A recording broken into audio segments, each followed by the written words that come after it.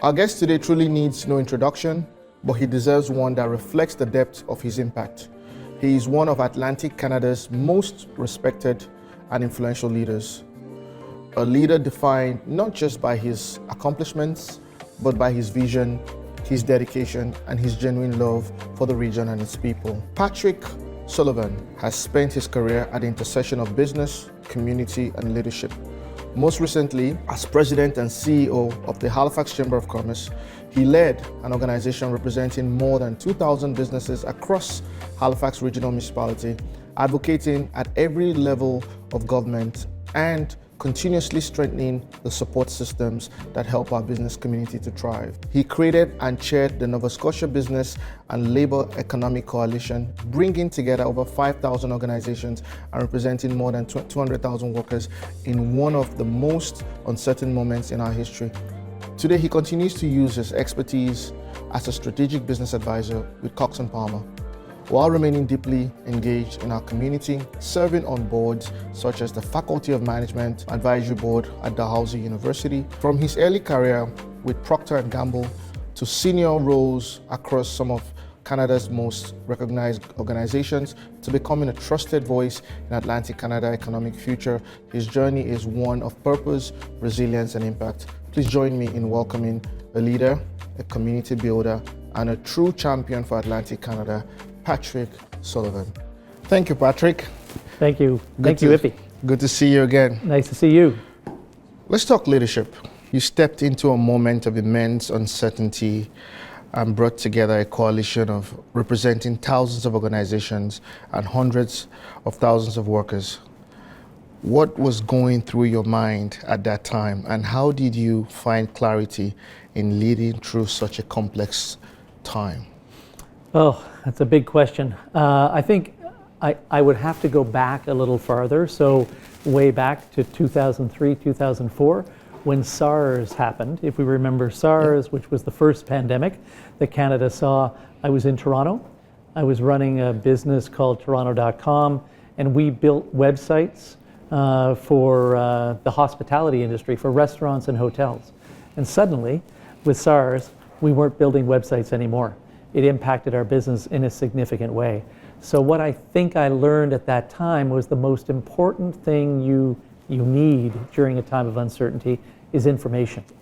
So that brings us to 2020, and I think the 16th of March, when I sent a note out to folks in government, the mayor, our MP, the provincial government, but more importantly, people in the business community across Halifax and then across Nova Scotia. Originally, it was only a list of about 10 or 12 people, and we said we should get together on a regular basis to share information because things were changing so fast, decisions were being made so quickly, so we gathered together, I think the next day, which was a Tuesday, might have even been St. Patrick's Day. And we got together and we just talked about what was going on and the challenges, the health challenges, how we could contribute.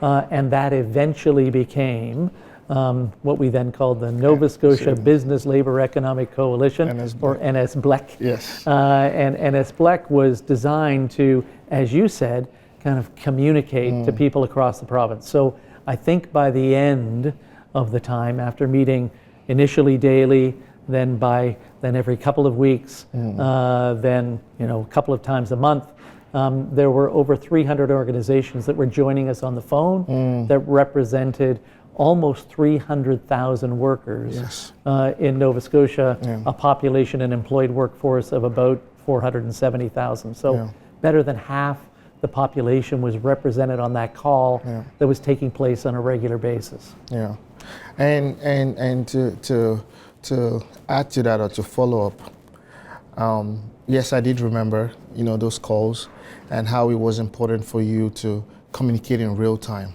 Yeah. How did you manage the pressure at that time? Like because you were communicating in real time to all these organizations, passing information, getting information from the federal government, and actually breaking it down and then sending it out. So how did you handle that pressure?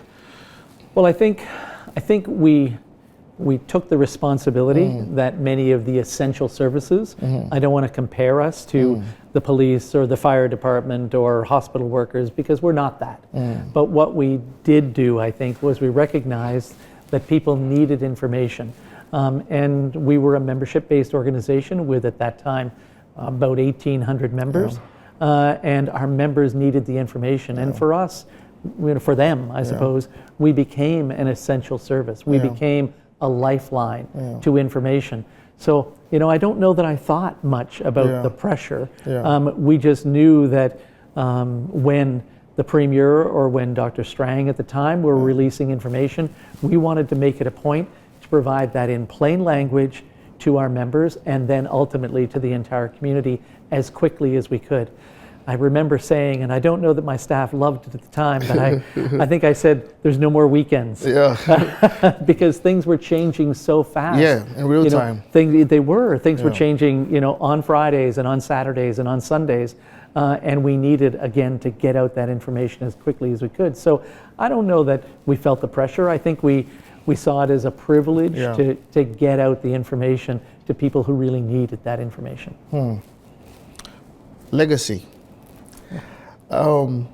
You, for the last almost 10 years, you led one of the most important organizations in Halifax and Nova Scotia and the region at large. When you look back at that, what does legacy mean to you? Oh gosh, that's a big question. I think I try to be humble. So, I want to be humble. This organization was there before I got there.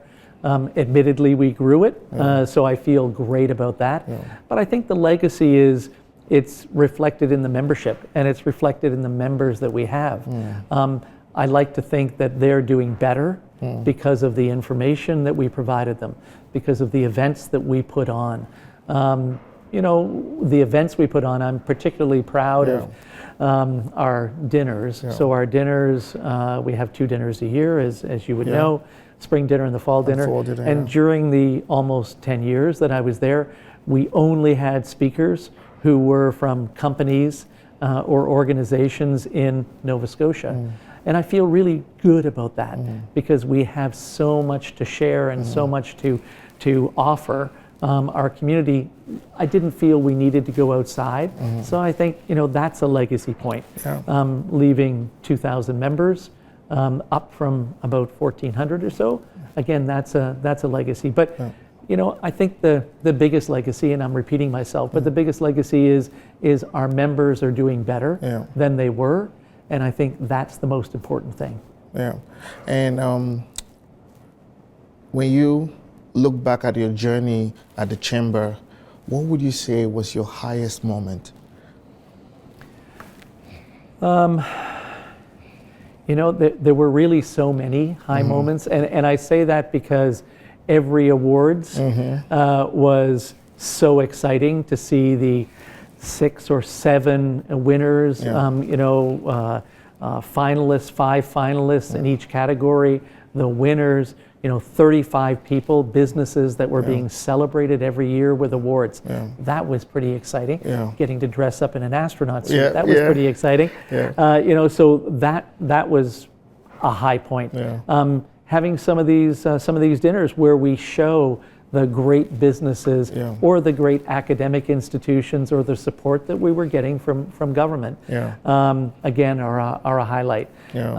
I think as I look back, though, I enjoyed working with the people at the Chamber and working with all of them and seeing, we did have a few people that came and went, and I think that was a highlight as well, working with all of those folks.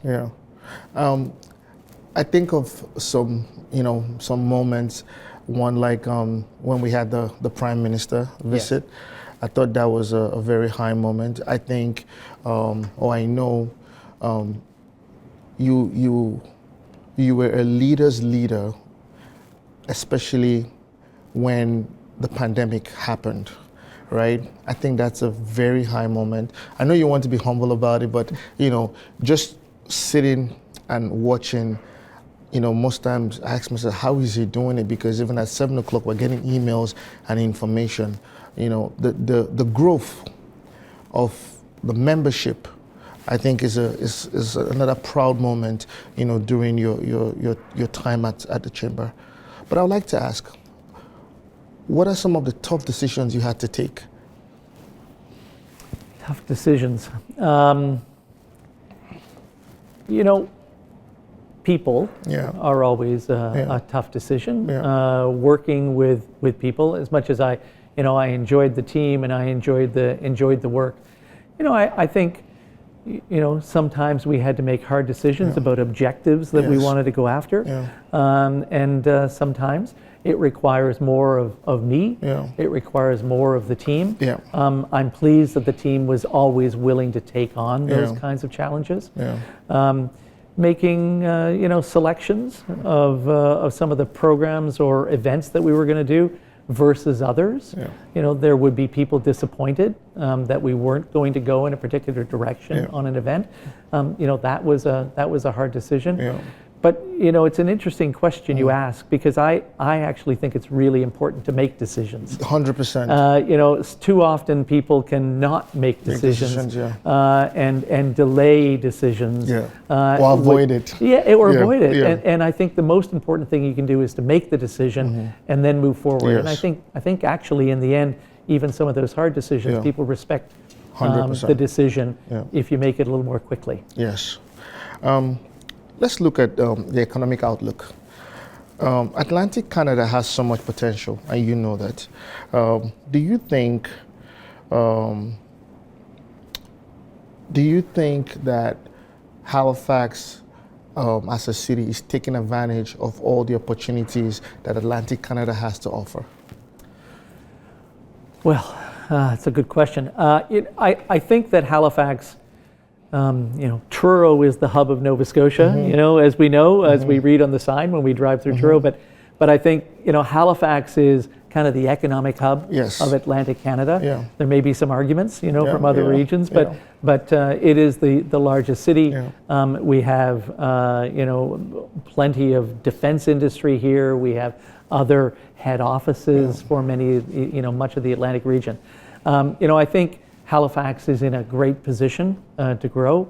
Halifax has grown significantly, as have many other centers, Moncton in particular, some of the other centers across Charlottetown, some of the other centers across Atlantic Canada have grown. But I think Nova Scotia is particularly well placed right now with what we're seeing, the interest we're seeing from the federal government in defense spending. That will attract more people. That will attract more heavy industry ultimately. There's, I think, plenty of opportunity in Halifax, but I do think that much of that opportunity will be shared with the rest of Atlantic Canada. Okay. And for that to for us to see more of those opportunities, how important is collaboration across sectors, government, private, and community in driving the sustainable growth of our region? Well, I think it's key, and I'll go back to NS Black, and COVID, and that was a time of significant collaboration between the private sector, government, and the not-for-profit or social sector, and I really hoped that I was going to see that collaboration continue. We did lurch back a little bit, into some of the things that we were used to doing before.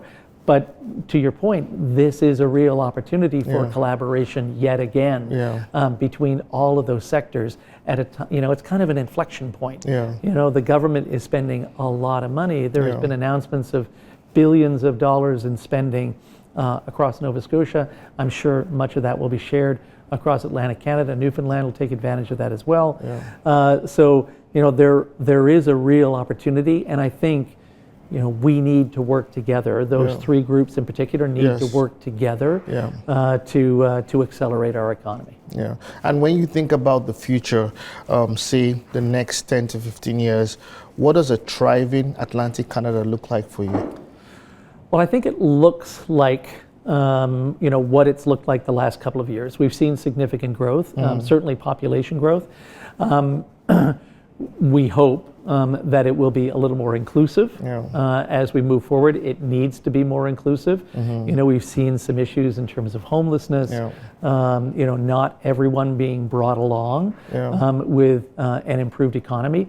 We need to see some of those improvements as we move forward.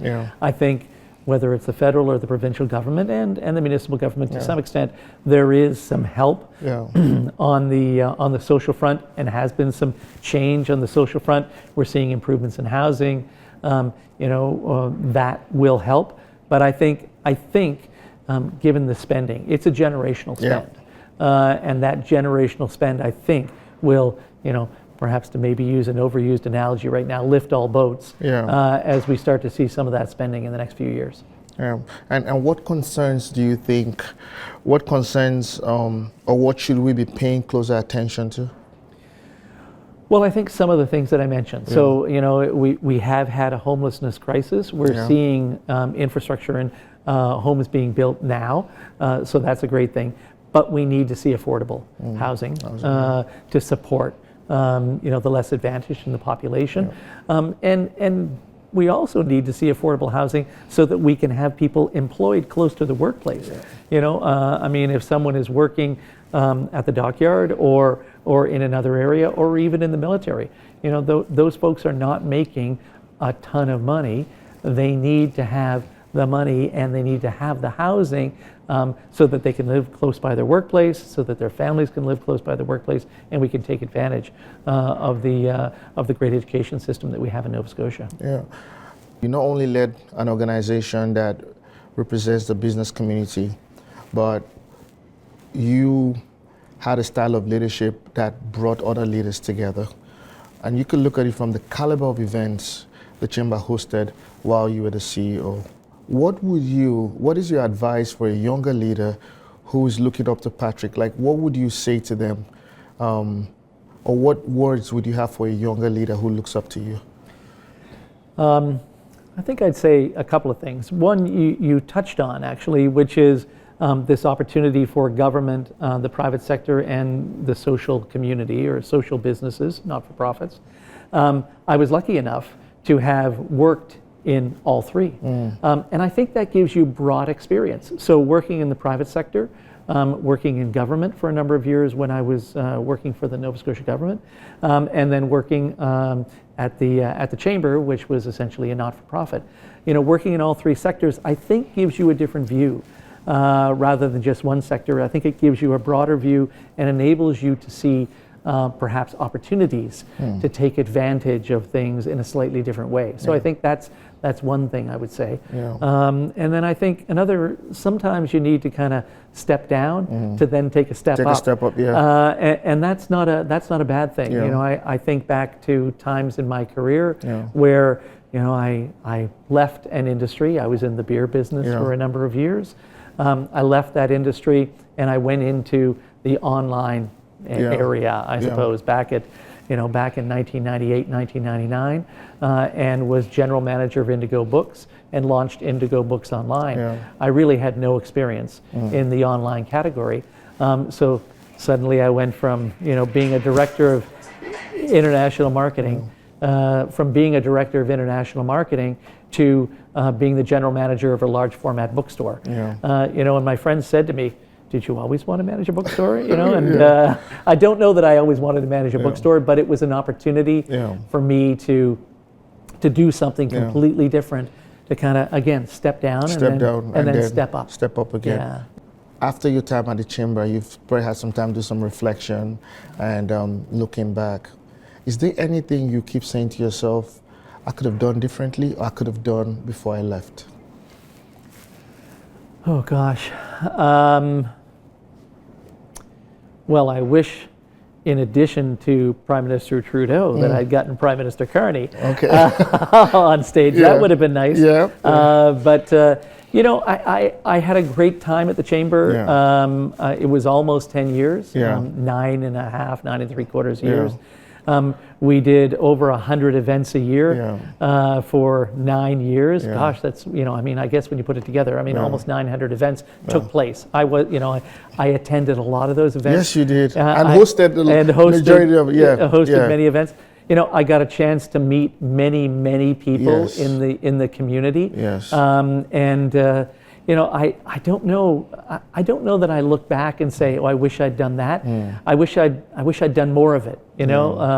Because meeting people and having the opportunity to showcase the city, the province, our academic institutions, many of our leaders in government, and of course all the great folks from both the not-for-profit and private sector, I think was a thrill. I don't know if I'd want to do more of it or just do it again. Yeah.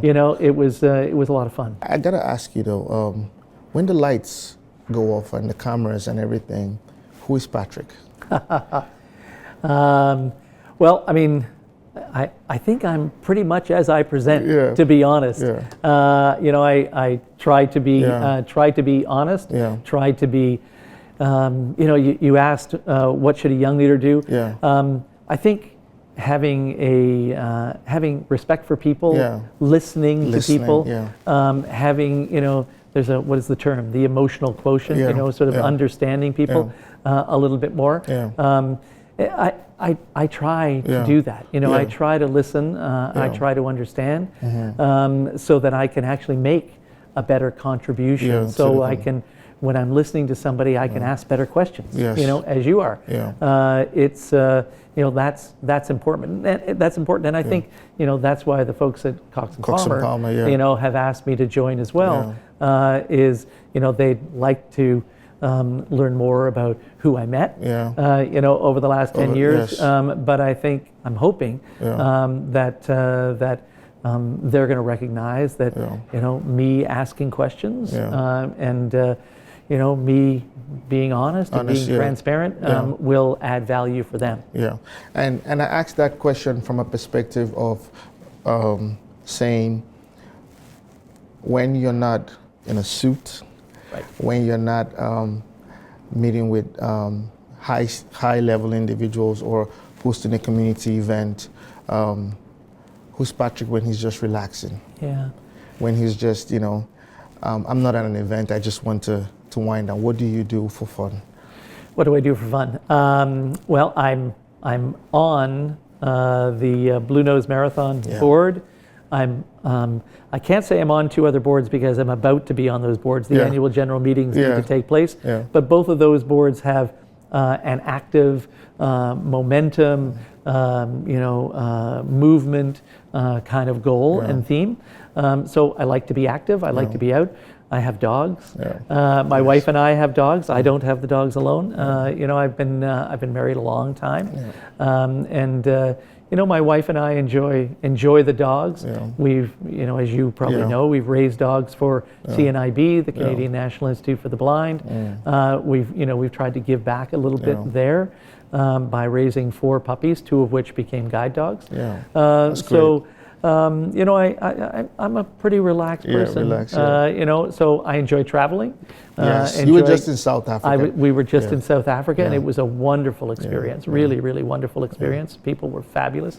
So I think there's more traveling in my future. Maybe there's more guide dogs. I don't know. We have a lot of dogs. But and I have a family with 2 children who have families of their own. And 4 grandchildren, so would like to spend more time with those grandchildren and enjoy seeing them grow up. And I was going to ask you on a lighter note, how has family kept you grounded through your leadership journey? Well, it's interesting to hear you say, I'm a leader's leader and I'm a respect. I'm not that at home. I'd hope you're just Patrick. I'm just Patrick at home. I enjoy the time with the family. The dogs don't care who I am. The dogs don't care. They're still looking for a treat before they sit down.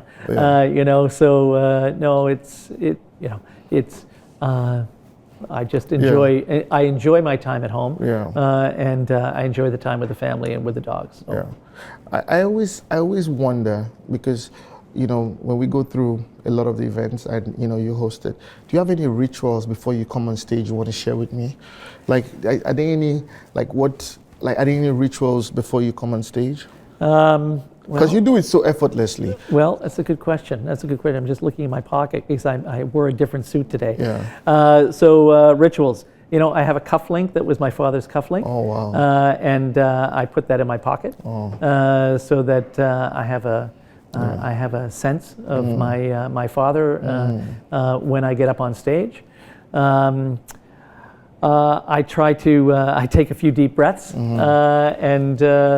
but I just kind of talk and try to relax. I've now been on stage for 9 years, so it's different, I suppose, than a media situation. But again, it's an opportunity to kind of be myself. I do. I really do try to listen to what people are saying. And I try to listen when people are on stage and I'm sitting down in front of them if I know I'm headed back up on the stage. So I often take notes and I often try to recap a little bit what they've said, or at least reiterate some of the things they may have said, because we've got them there for a reason. So no, I don't know that I have a ton of rituals. The cufflink and thinking about my father before I go on stage. That's actually a good one. Patrick, you're known for not only having a strong presence on stage, you're also known for being well dressed. I remember I don't know if you can remember, many years ago, my first meeting with you at your office. One of the things I noticed is that you had an extra suit and tie at the office. And I said, wow, this is, I think it was the first time I walked into someone's office and they had an extra tie or shirt at the office.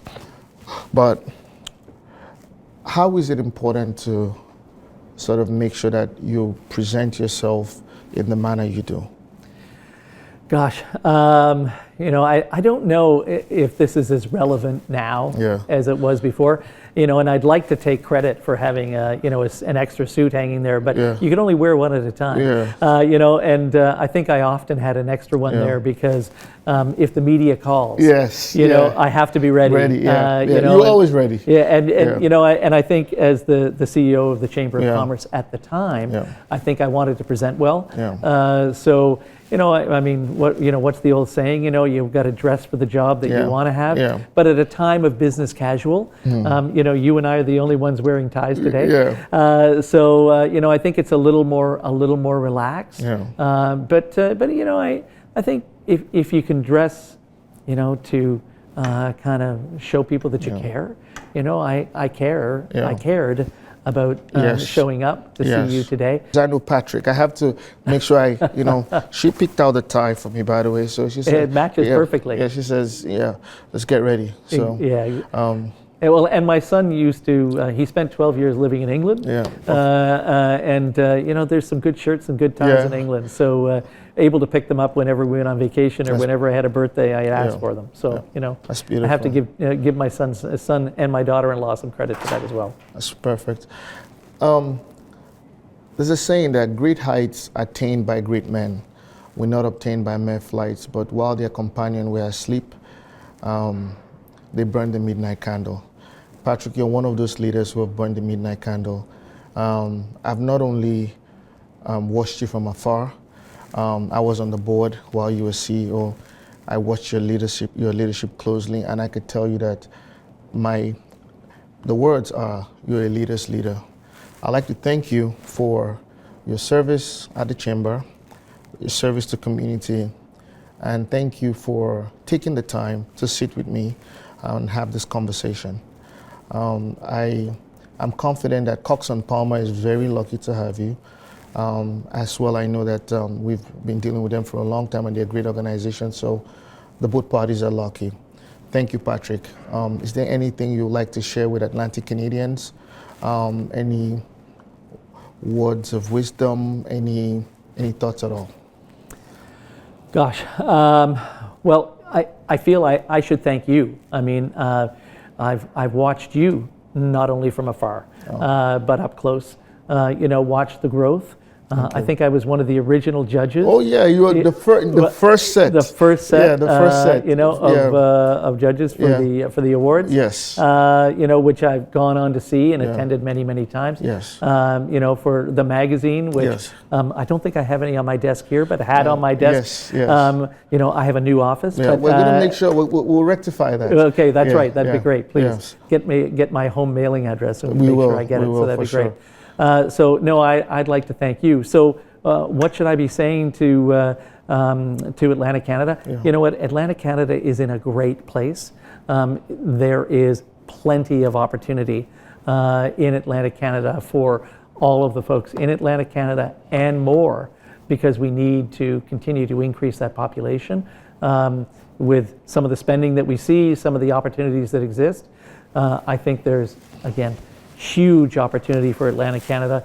And you can live in a place like Atlantic Canada, or in Halifax in my case, and you can sell to the world, and you can deliver to the world.